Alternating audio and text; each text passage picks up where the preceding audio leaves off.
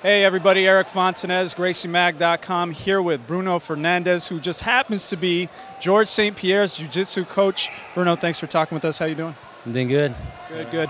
One of the things I wanted to talk to you about was GSP's plans for Johnny Hendricks. Obviously, Johnny has a monster left hand that has been knocking people out left and right in the UFC. How do you guys plan to prepare for that? Well, I guess there's no surprise, right? That George is going to use his awesome takedown skills, to close the distance and at least get in clinch, and then survive that, or at least start to avoid that left hand in the first round, and take him down, right? Take him to the ground and try to play safe. I think everyone will be a fool, to try to play around with that left hand. Now, Johnny obviously is a really good wrestler. GSP, world class when it comes to the wrestling and MMA. I mean, do you guys think about that kind of thing when you go into a fight with a wrestler, the stature of Johnny Hendricks, that he might be the one to match GSP's wrestling?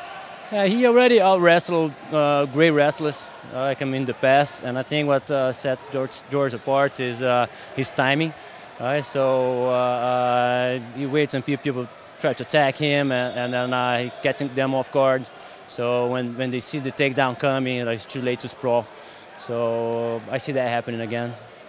And you mentioned wanting to avoid that left hand, and you and I were talking off camera and saying, if he does it in the later rounds, it might not be that effective. But again, against Carlos Condit, Johnny was landing that left hand even late in the third round. Do you anticipate the fourth and fifth rounds having as much power as the first and second rounds in that left hand?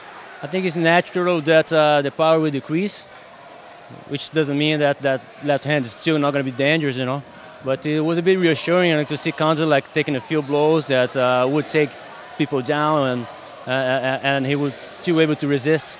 So if Condit could take that punch, we are positive that George could take that one too, even though we, of course, don't want to.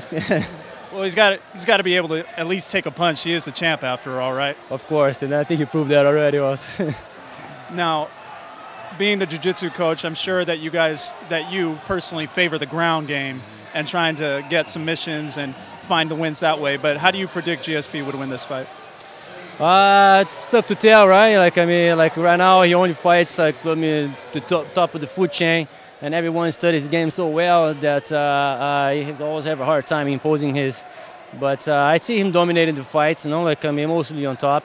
And then as John gets tired, maybe an arm bar by the end, But what can be guaranteed that he's gonna pass his guard several times and maintain the top position. Training with him regularly, I can tell that putting him on his back, it's very hard, Now, if you can tell the Graciemag readers and audience, are we going to see GSP versus Anderson Silva anytime in the near future?